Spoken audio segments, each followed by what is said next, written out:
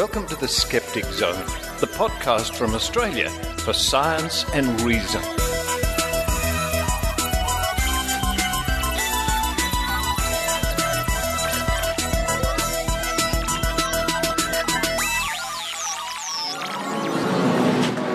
Hello and welcome to the Skeptic Zone for the 9th of November 2013. Richard Saunders here with you, coming to you live from the Pitt Street Mall in Sydney. A bustling mall. There's a busker down there about to play another number. I'm on my way this afternoon to Skeptics in the Pub here in Sydney, our monthly meeting. It's always great fun to go to Skeptics in the Pub, and I'll be playing the part of Maynard, doing some interviews with pub goers. Just have to think of a topic. You're coming up on this week's show. It is Maynard, in fact. Maynard's going to be interviewing Dr Rob Morrison, a great skeptic, a great scientist, and people in Australia will certainly remember him as one of the presenters of The Curiosity Show. The Curiosity Show was a brilliant children's science show in the 1970s, 1980s, and recently Rob and Dean Hutton from the show have been putting up hundreds of clips onto YouTube. So now children all over the world can learn how to make things, do things, how things work. It's just a wonderful thing they've done. Maynard's going to chat to Rob Morrison all about that and what it was like to put together a children's science show. That's coming up at the top of the show. After that, I'm going to be relaying some information from the government about watching out for scams. Now, recently in this country, we had the Melbourne Cup, the biggest horse race in the country, where the whole nation stops and bets on horses.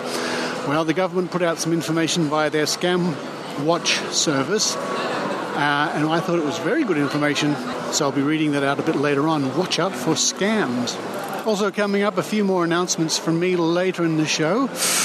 Those interviews from Skeptics in the Pub. But right now, I think I'll run around the corner, see if I can't find myself a nice little California roll while I'm doing that. I hope you enjoy the Skeptic Zone.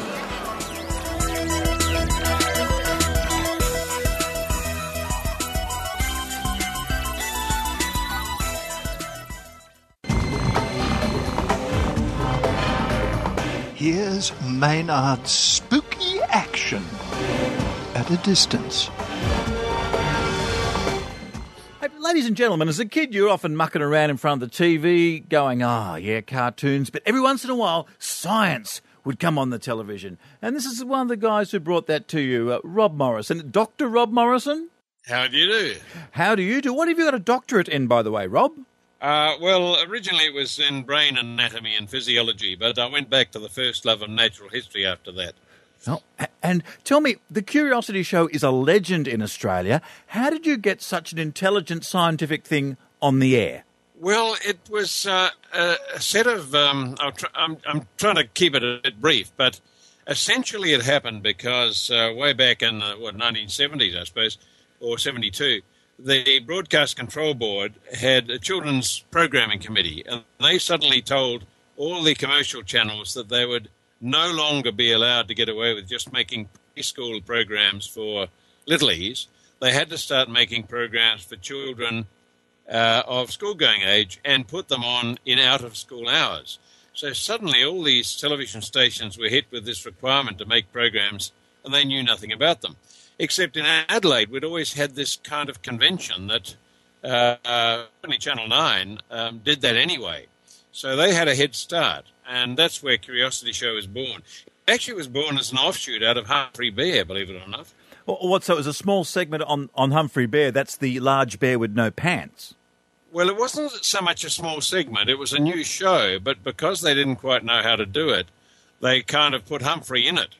And then they got people like me and Dean Hutton to try and do stuff for 13-year-olds while this idiotic bear was leaping around gesticulating because he can't talk. Well, did you 3-year-olds? Did you try and explain why, although the bear had evolved to wear clothing, that the bear still refused to wear pants?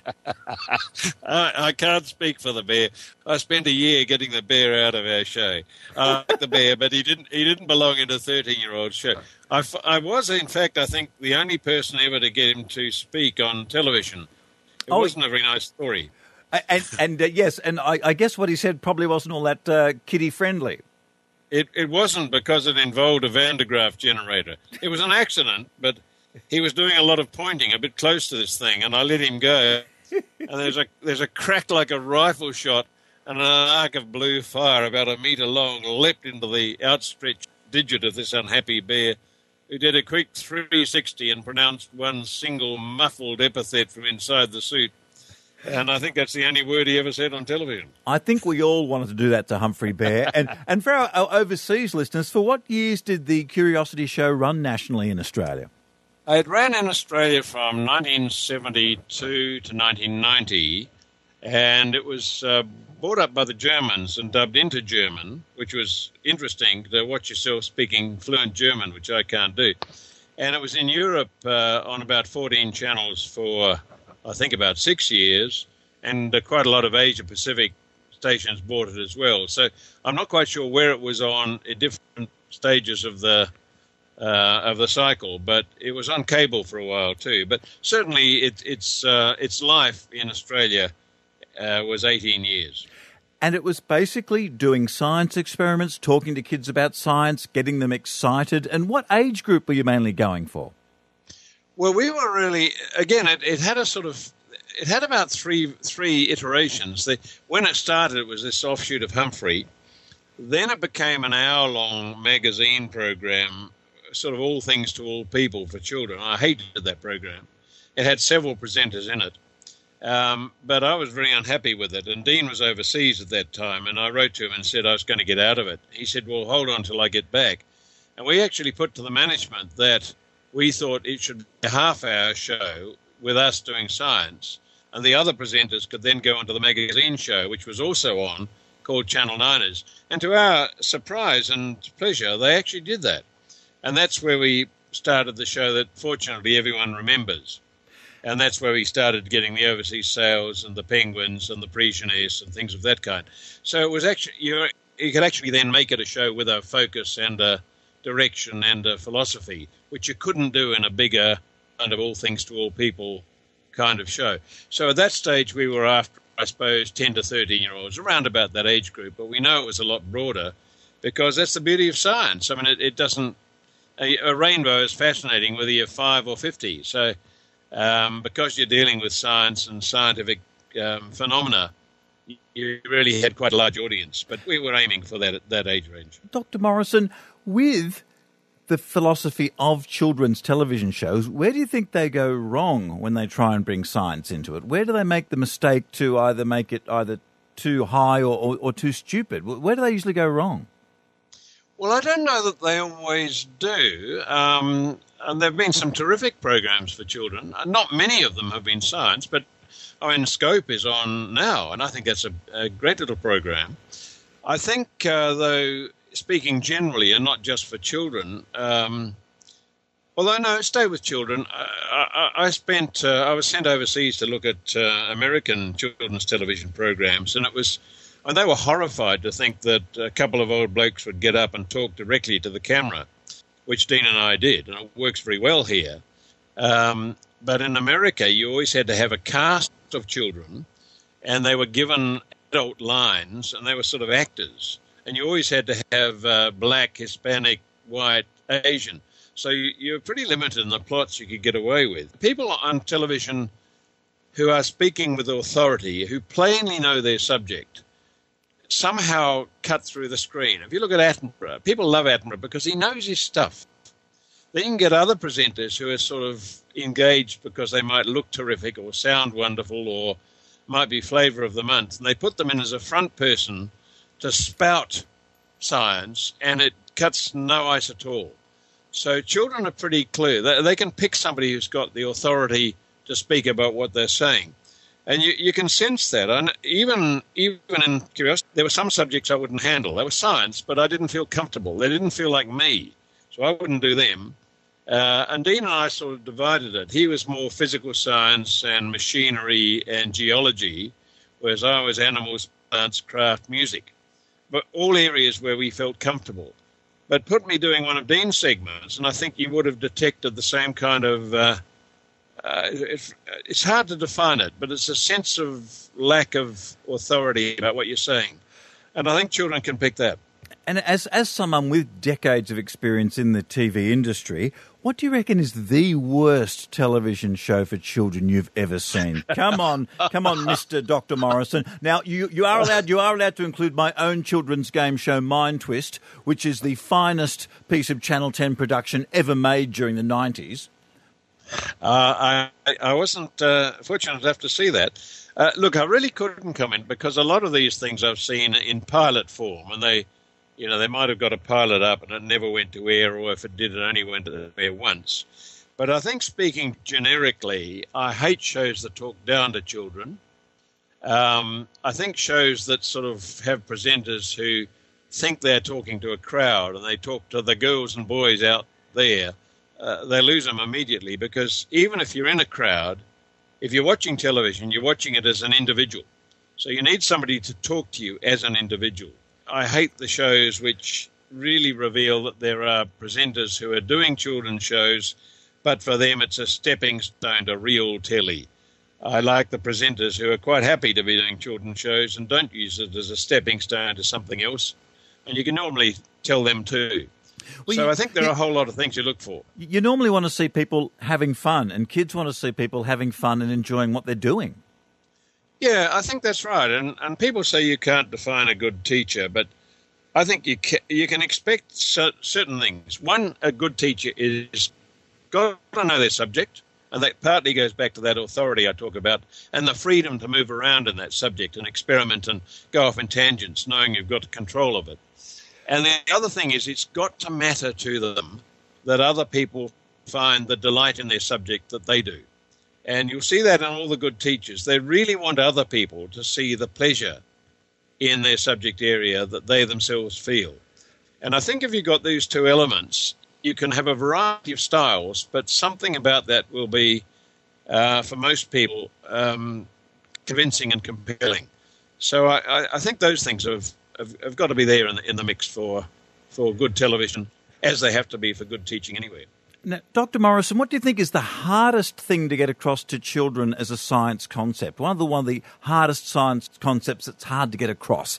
For me, there's plank time and Schrodinger's cat. They're two things that are really hard for me. You probably wouldn't put them in a kid's show, but what for you is the one where, how are we going to show this? How can we explain this easily? Well, there's some things that I'm baffled by, and I would never even try. I mean, I've tried to get to grips with subatomic physics, and there's a point where I can follow it, and then suddenly they might as well be spouting science fiction to me.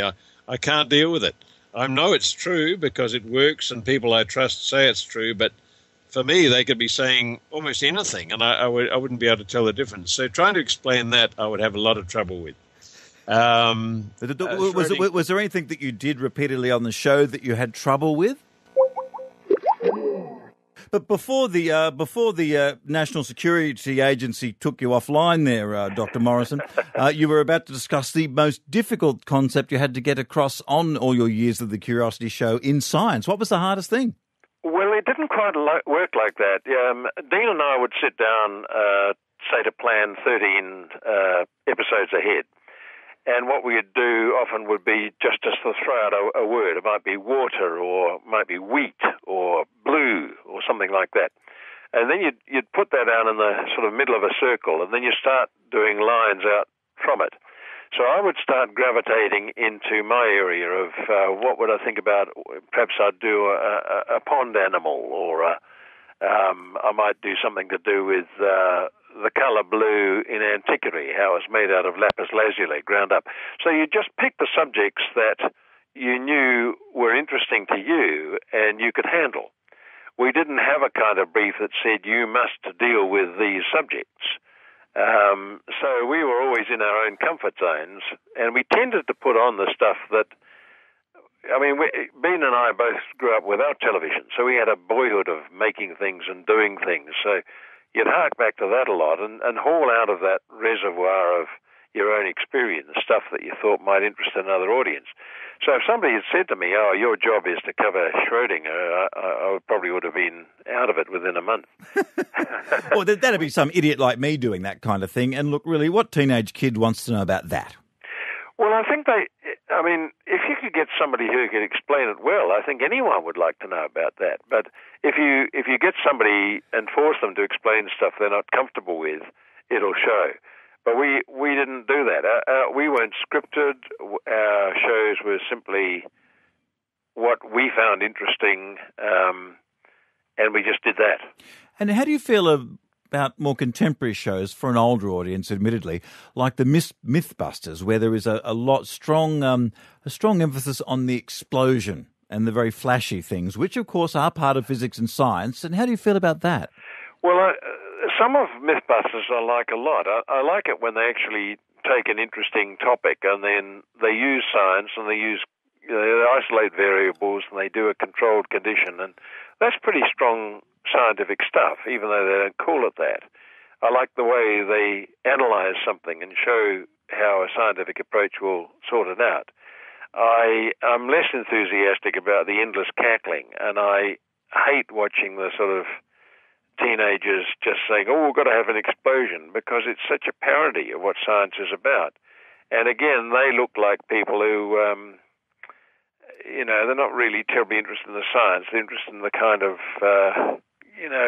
let me be center stage and carry on like a mad thing. I'm more interested in the material, I think, than the kind of ritzy presentation of that. But that's a very American in its approach. Oh, it certainly is. Tell me, what is the one experiment that did go wrong for you? There must have been a few. I mean, I know you didn't do big Mythbuster-type explosions, but things got a bit out of hand on more than one occasion in the studio, I'm sure. Well, we did have, we had a few of them, but unfortunately we haven't got much of a bloopers tape because they used to just rewind the tape and then go over it. I certainly was greatly mortified once when I did a hot air balloon, a sort of, tissue paper hot air balloon. Now, this was actually taken out of the science curriculum for schools, but I did it and gave all the usual sort of cautions about take care, but was horrified to find somebody in Parliament House in Canberra raising questions about this terrible show and the dangerous things it was teaching to children. I was very distressed. When it was actually from the syllabus. Yes, it was from the syllabus. I was young enough to be mortified at that. These days I'd be a bit more robust, but that wasn't pleasant. I think somebody wrote into Dean saying they did something that Dean had done and set fire to their house. I think they were probably not doing it the way Dean had done it, but you did have to be a bit careful. But on the other hand, if you start bowdlerizing it too much and saying, well, we won't have flame, we won't have this, we won't have that, you've got very little you can show. Mm. And if you want to make a putt-putt boat or something with a candle, it requires a candle. Yeah. And the reason I'm talking to you is because you've put a lot of clips from the Curiosity Show up on YouTube for people to have a look at for free and have their own go at. Yes, we have indeed. A lot of people have said, why don't you bring the show back? But I think television has changed so much. I mean, I think it sounds a bit sort of self-serving, but I think we saw the heyday of it, not because it was us, but simply because I think that period in television was marvellous. It was only 3 channels, then a 4th one came along. It was all a bit special. We saw the introduction of colour. When I started, I was actually filming in black and white film, So you saw those television technologies changing. Because we must explain to our American listeners that colour television only came to Australia in 76, was it? Was that the year? 75 or 6, yes. Yeah. Quite late. And nationally, we only had 3, sometimes 4 stations. If you were in Newcastle, like I was, you only had 2 TV channels, the ABC and the local one, which did not always run the Curiosity Show. That's why I haven't seen a lot of your episodes. Oh, right. Yes, well, we were national, but as you say, when you went to the regionals, it was a bit chancy, depending on who ran them. And I'd like to point out we also didn't have FM radio at that time. That only came to Australia in 1980, something like that? That's right. And, of course, the broadening of delivery has meant that the special attention that you could give to television has been weakened, so the money is not there because the advertising flow is not so strong. And it's sad. I used to work for several channels here, and you'd go into these big, beautiful studios, and they'd be full of sets. You had to be quick to get in and out before the next program started recording. And where can we find your videos on YouTube? Is it simple as Googling Curiosity Show? Yeah, if you go to, what is it? It's, I think, if you go to youtube.com/Curiosity Show, one word, you'll find it there. We've been putting new stuff up every day. We're about to slow down because... Oh, well, you got to relax. You got to calm down and got to kick back, put your feet up, have a smoke or something. Well, there's a bit of that, but also we have to start thinking about whether we can... we're not putting ads on it, so it's all free, but it does cost a bit to do. So we're going to sort of slow it down a little and have a think about what else we might do with it. Actually, what's your favourite clip? What's your favourite experiment there you've got so far? Oh, look, it's hard to say. I'm very attached to the mousetrap racer, which I've seen emerge in different programs over the years since I did it. You just turn a mousetrap into a racing car. And then sometimes you think, well, that'll work. I wonder if we can make a mousetrap paddle wheeler. And you do. So one idea will give you about 5 or 6 different segments. So that one is up there. Look, here's a question for you, been asked by a colleague of mine. His son has to get their science badge for cubs and has to do a science experiment using things from around the house. Oh, well. What do you think would be the best thing to get his science cubs badge, just using stuff from around the house? Well, it depends what the requirement for the Science Cub badge is, but mousetrap race is a pretty good one. A mousetrap paddle wheeler, they're straight off the top of the head. If it's a sort of science demonstration, there's one which I'd forgotten I'd done, but it turned up when we were putting stuff on, and I can describe this for your listeners to try, because it's every time I do it, I can't believe it. If you get a potato, a sharp knife, and a piece of newspaper, okay? Fold the newspaper over, and you'll find with a sharp knife you can cut it very easily, like a paper knife, all right? Mm-hmm. Now you fold another bit of paper over the knife, the sharp edge of it, and bring it down and cut the potato. What do you think will happen to the paper? I don't know. Well, try it. You'll be amazed. And, well, I can tell you what will happen, because you'll still be amazed even though you know. Will we collapse the waveform? No, you'd think the knife would cut through the paper and then the potato, but the paper is completely unscathed. It'll just go through the potato with the knife, however sharp that knife is. And when you think about it, when you just cut paper with a sharp knife, the force on one side of the paper is enormous, and on the other is non-existent. So the knife goes through the paper. When you put the paper over the knife and then cut a potato, the force on either side of the paper is exactly the same. So the paper doesn't get severed, despite the fact that the combination of the knife and the paper force their way down through the entire potato. So the paper, even though it's damp, is unscathed. But every time I do it, I'm amazed. So that's a good one. That's a good demonstration. I reckon that could get you the Science Cub badge. I reckon it should. Look. But if you go online, if he goes online, we've assembled these clips into playlists, so you can go into making and doing, or you can go into tricks and puzzles, or art and craft. And one of our staples in the show was to use stuff around the home. We didn't, if you're a kid watching a program on Sunday and you live out at Whoop Whoop and you haven't got a hobby shop, and somebody says, go and buy this such and such, and you can't get it, then you can't do anything. So you want to learn how to use foam meat trays instead of balsa wood, and you want to learn how to twist your own propeller out of aluminium foil food containers instead of having to buy one. So we tended to do a lot of that. And there's a great deal you learn from making and doing and doing things with your fingers. And one of the reasons we've put this stuff online now is that so many parents are watching these kids playing with Xboxes, and they've got very mobile thumbs, but that's about it. And they really worry about their children not making stuff and not doing stuff and not learning science, because a lot of it's not being taught in schools anymore. At least, you're lucky if you get a school where it's being well handled. So they're very anxious, and they're buying our DVDs and downloading these segments just to have things that children can do and make make working models of. And you learn a great deal by doing that. Well, look up The Curiosity Show on YouTube. And one last controversial question, because this is the media. We have to give you a controversial question, Dr. Morrison. What branch of pseudoscience annoys you the most? Is it? Come on, here we go. Here's a whole program. Now, you're talking to somebody who 2 years ago was one of the 5 founders of Friends of Science in Medicine. Oh, yeah, that's why I wanted to get your dander up. I want you coming out and punching someone. Well, we got so sick of this pseudo-health nonsense that's being spouted, and often by the people who are going to make a quid out of the dubious. So, whether it's homeopathy or iridology or reflexology or there are about 35 of these things being currently examined by the Chief Medical Officer of Australia to see whether they should be taken off the list of those which get any sort of money. They shouldn't be. They shouldn't be supported by the taxpayer. So we've formed a group, and we have about 1,000 members now, trying to take some of this nonsense on. Oh, but come on, you'd be a secret reflexology fan, maybe. Come on. I reckon there's been a magnet in your bed at least once in your life. Well, possibly if I was trying to make something, but that won't be the only reason. Well, you can tell us that story next time, Rob. That'll be with the late-night version of the interview. Look, Rob, thanks very much for your time. Dr. Rob Morrison, as I said, Curiosity Show. Go check it out on YouTube. And it's been a great pleasure to talk to you, sir. Yeah, you too, and thanks for the call.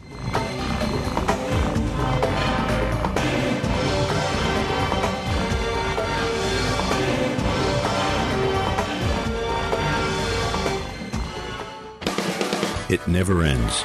A friend starts talking about his new Reiki master, and someone else just posted about another all-natural cancer cure that they don't want you to know about.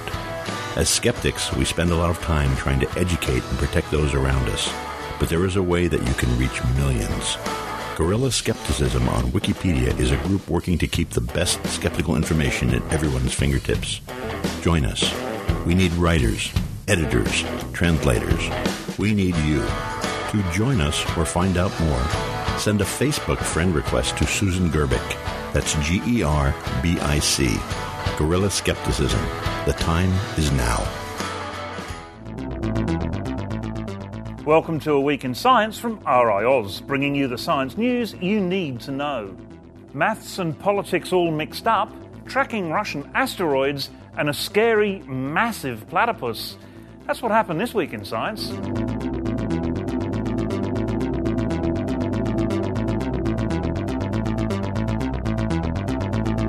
Your ability to solve maths problems may depend on your political views.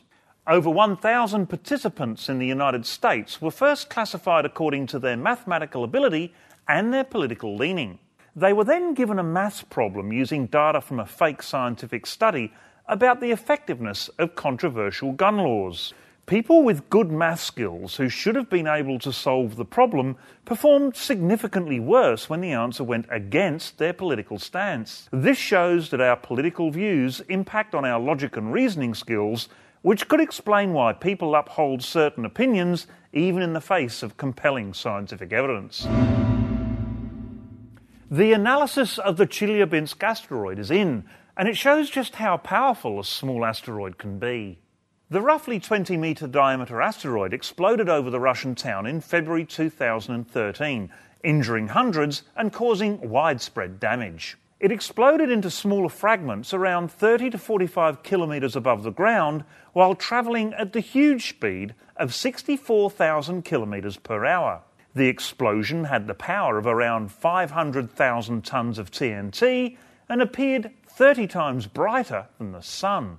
The rock itself is thought to have originated from an asteroid called 1999 NC43, which is not the same asteroid that made a close pass in the same week. You're listening to A Week in Science from RiAus, and now 4 science headlines in 30 seconds. Children with autism have more neural connections in their brains compared to other children, which could aid in early detection. Scientists have created a low-fat mincemeat that looks and tastes the same, but replaces the fat with fibre and protein from cow's blood. It's estimated around 20% of Sun-like stars have orbiting planets which are Earth-sized and may have liquid water on their surface, and a 1 metre long platypus has been identified in Queensland, but it's been extinct for over 5 million years. That's it for this A Week in Science. I'll see you right back here next week.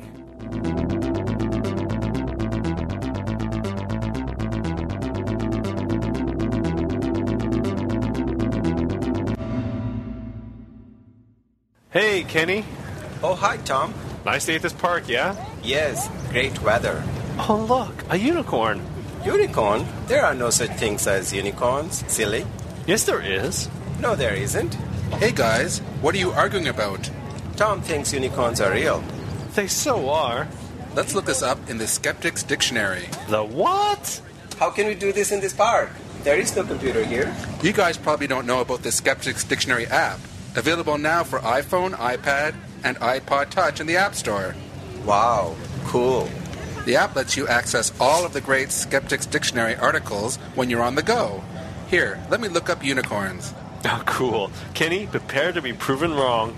It says here, the unicorn is a creature from fables. Aha! Actually, I see now that someone just dumped their ice cream cone on that horse's head. Thanks, Skeptics Dictionary iPhone app.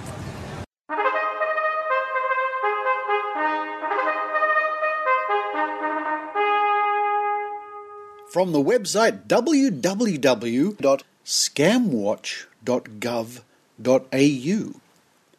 Don't back a scammer this spring racing season. Scamwatch is reminding punters not to be fooled by con artists pushing sports investment scams this racing season. Foolproof gambling schemes and betting prediction software trap more people during the spring racing season as the race fever takes hold. Often promoted as legitimate investments, these schemes simply do not deliver. The odds are you will never see your money again. Remember, gambling by definition is a game of chance. There is no such thing as a foolproof bet. How these scams work.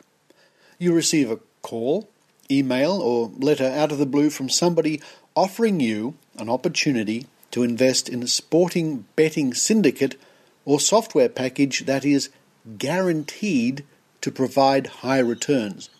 The promoter claims that the scheme is able to predict results based on historical trends, track or horse conditions, or different odds offered by bookmakers. The promoter will try to convince you that this investment opportunity is legitimate through sophisticated brochures or websites that contain graphs or diagrams showing large returns. You are also likely to be subjected to high-pressure sales tactics to try and get you to sign up on the spot, such as claiming that places are strictly limited. In order to participate, you are required to pay large upfront costs and ongoing fees and charges. Betting syndicates also require you to put money into a sports betting account so that promoters can place bets on behalf of the syndicate, with participants receiving a percentage of the profits. Often, no bets are actually placed. If you sign up, you may initially find your account shows winnings during the trial period. However, it's not long before all your money and the promoters disappear. Protect yourself. If you receive a phone call or email out of the blue with a sports investment opportunity, just hang up or press delete. Always get independent financial or legal advice if an offer involves significant money, time, or commitment. Don't be enticed by reports of past performance or graphs showing high returns, and don't let scammers push your buttons by pressuring you to sign up on the spot. Ask yourself, if a stranger knew a secret to making money, why would they share it?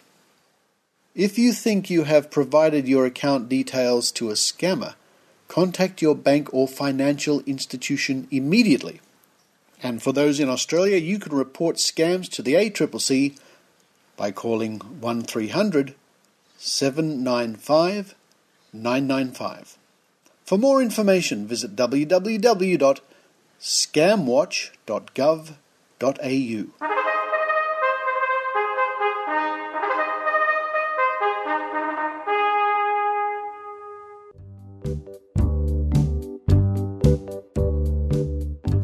Well, as I mentioned earlier in the show, the Australian Skeptics National Convention is almost upon us. A few seats left, and that's it. They're all gone. The word is hurry up and get your tickets now at www.nationalskepticsconvention.org. And also don't forget all the wonderful fringe events. These include Discovery After Dark at the CSIRO Discovery Centre, which will be a lot of fun with the mystery investigators and Christopher French and, well, maybe even a spoon-bending lesson. There's also the British Anomalistic Psychology in the Pub, Dinner with Chris French, and 13 Years of Weird Science at Goldsmiths.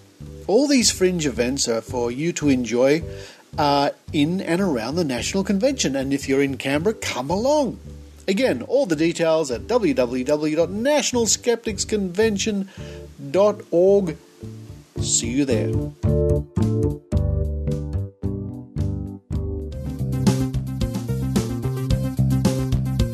Are you enjoying the Skeptic Zone podcast and wondering where you can find more skeptical information?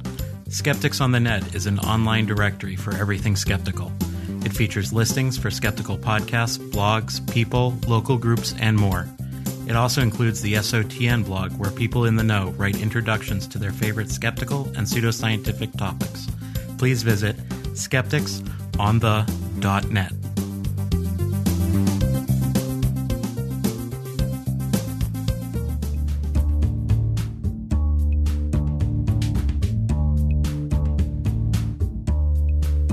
Now, just before we go to Skeptics in the Pub, and the question I ask everybody is, if you could go to Mars, would you do it?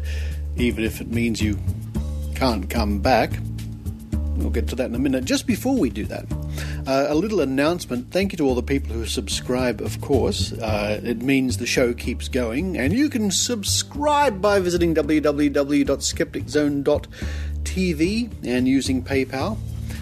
All those people who do currently subscribe, if you haven't already done so, would you kindly cancel your subscriptions and resubscribe? I know it's a pain and I'm sorry, but for reasons of administration, behind the scenes sort of bookkeeping reasons and all sorts of things, I've had to change the PayPal account.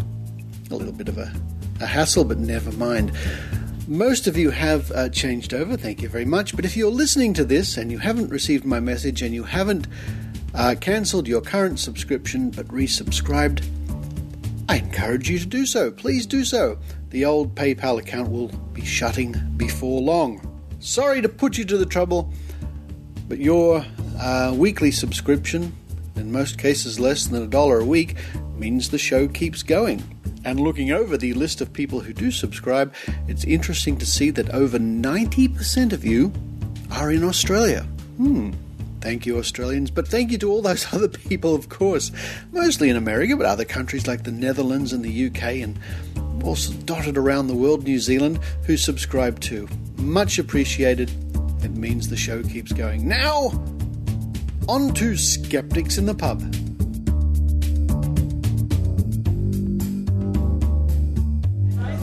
So a couple of weeks ago on the Skeptic Zone, we interviewed a man who wants to go to Mars, on the Mars mission. But the catch is, if he's chosen, he gets to go, but he goes on a one-way ticket to Mars. Would you go, if you had the chance to be the first person to set foot on Mars, would you go on a one-way ticket? No way. No, as much as I would, as much as the experience would be incredible, hang on, would I be on my own or would I have company? You would have company. I'd have company. Yeah, then there's no way in hell. I can't stand being around other people for that long. Thank you, Joe Benamu. Diane Verstocken. And was it Lieutenant or Ensign? Ensign. I would only go if I could choose the people that I would go with, and I would choose Jo. So she has to go with me. What do I tell my husband who's sitting right next to us after that little after my disclosure that I wouldn't go if I had to go with anyone else? But Diane asked you so nicely. I know, it's true. I think it's a bit. I think it's a bit tough, though. I think one day we'll be able to get rockets that'll bring us home again. We should wait until then. Yeah, but then we'd have to kind of take the risk of sending people before we knew that we could do that. Yeah. Well, we did that with the moon. The outcome. So you probably wouldn't go, and you probably would if Joe was there. Yes. And a couple of other people as well. Yeah, I wouldn't want to go on my own. I'll leave you ladies to think about that. Thank you. Well, it's Tim Mendham, editor of the Skeptic magazine. Tim, if you had the chance to be the first person to set foot on Mars, but the deal was it was a one-way ticket, would you go? Do I go alone? Yeah. No, you'd be with 4 or 5 other people, I think. Are they interesting people? Who knows? Probably. If they're interesting, I might. If they're not, I think I might have to leave halfway through the trip. You couldn't leave halfway through the trip. Sorry, I'm just going to go back. So you just take me back. I've changed my mind. I don't know. Could I take? What can I take? If the other 4 people were Meryl, whatever, I probably couldn't. Then again, it might be a chance to murder people on Mars. It'd be good premise for a movie. I think that was a Doctor Who plot once. But there are thousands of people who have signed up to take the chance to go to Mars but not come back. Yeah, but they're probably, I mean, what's the chances of them doing it? Slim. Yeah, no. I'd sign up. Yeah, I'll sign up, yeah. I'll be the one. Yeah, is there money? You don't need money on Mars. Yeah, but I mean, now I get a down payment now and spend it. Possibly. Buy chocolates and things. Martian dollars, maybe. I don't know. Bars. You could be bars. I actually saw a photo today. Someone sent me a photo of the Milky Way from Mars. It's a Milky Way bar on top of a Mars bar. Oh, the jokes are just flying thick and fast here at Skeptics in the Pub. Right now, there's a group of people recruiting people to go to Mars.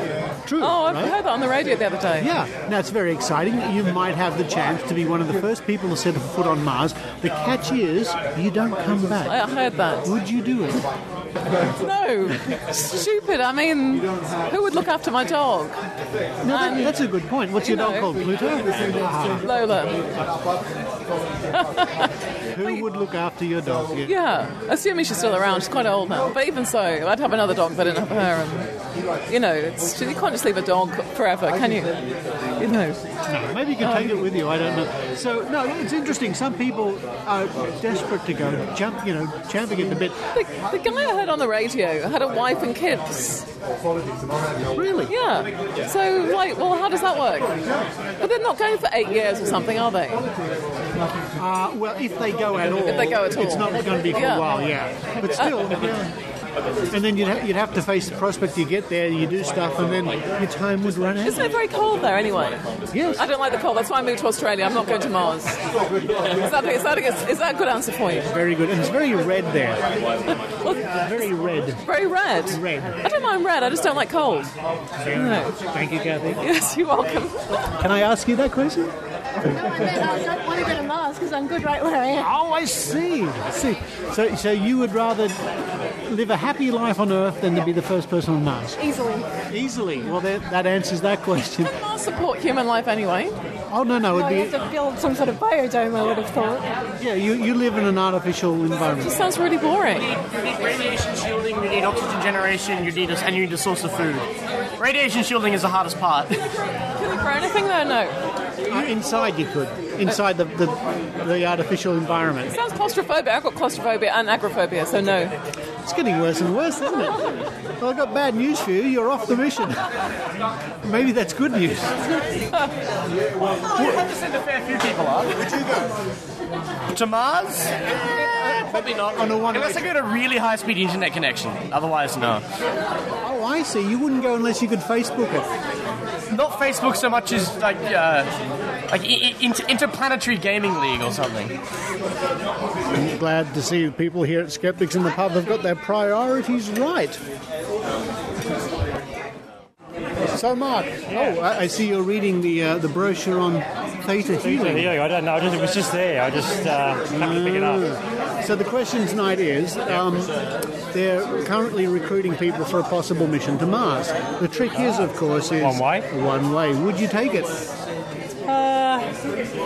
Asked me 10 years ago, I would have said yes, but probably not now. I can understand. I think my kids would miss me. I think you've got a very good point there. The opinion's a little divided, but most people say they'd rather not go.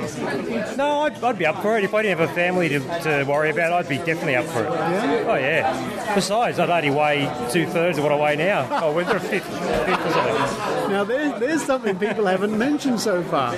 I mean, when you run around Mars, you could really leap and bound, I guess, like that superhero. What's his name? The guy who went to Mars. John Carter. Oh, John Carter, yeah. Yeah. He was leaping around Mars. Yeah. So, your vote is probably not.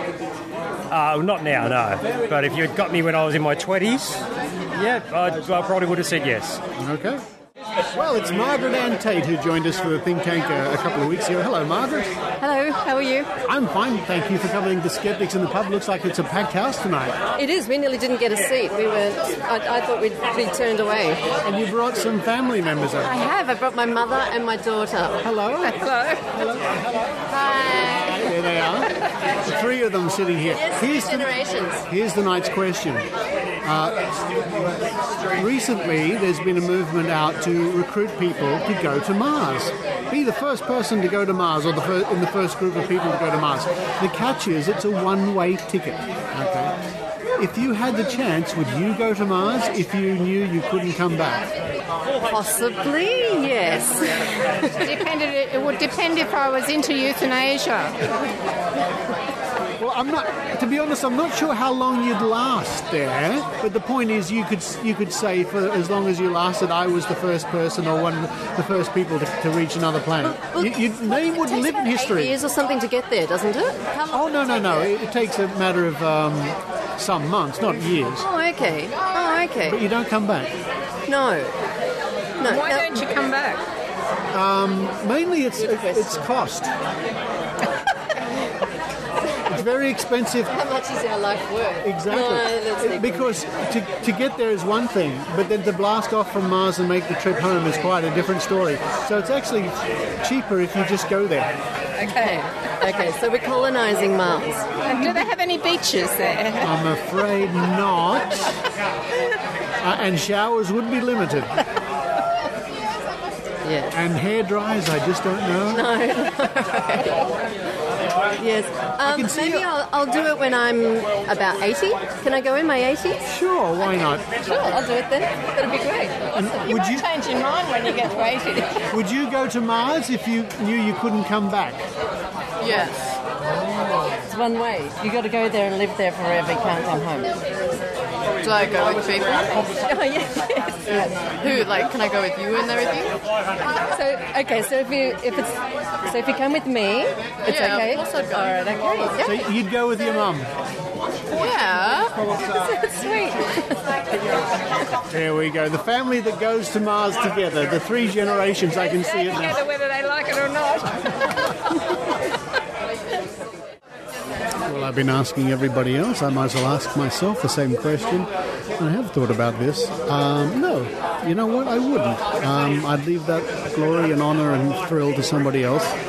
I think the kick I would get out of being part of it, as in watching it and learning about it and enjoying it in that respect, I think that would be okay for me. A couple of years ago, there was a huge dust storm here in Sydney, and the sky was red and the ground was red, and it was quite eerie, and I found it unsettling. So I think the constant red aspect of Mars I might find unsettling. And yeah, I think I'll leave it for other people. But it would be a hell of an adventure, that's for sure.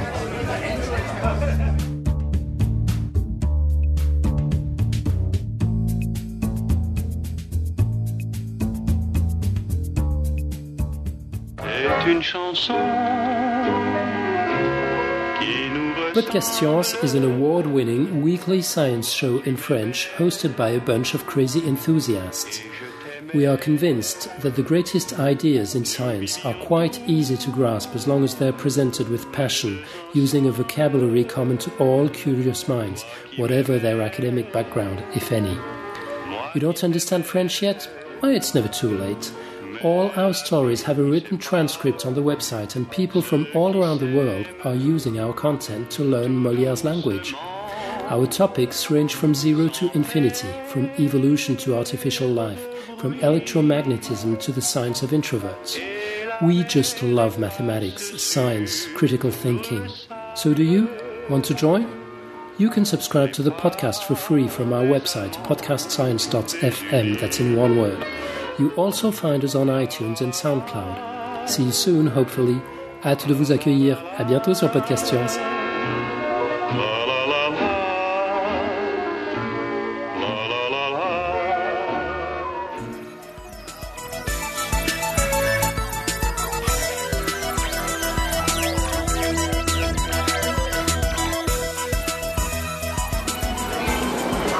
Thank you for listening to the Skeptic Zone. I'm still here, making my way to the pub, which is a bit odd because you would have just heard the interviews from the pub, but that's the way the podcast works. It's all recorded a bit out of sequence. Oh, hello, what's this? The South American type bands have set up shop at the other end of Pitt Street Mall from the other busker. Very musical this afternoon. To all those people coming to the Australian Skeptics National Convention, not long to go now, and I can't wait to see you all there. I'm sure we'll have a great lot of fun. And with that music, heavenly music, wafting through the mall, this is Richard Saunders, signing off from Sydney, Australia.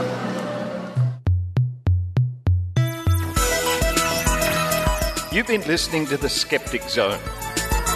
Visit our website at www.skepticzone.tv for comments, contacts, and extra video reports.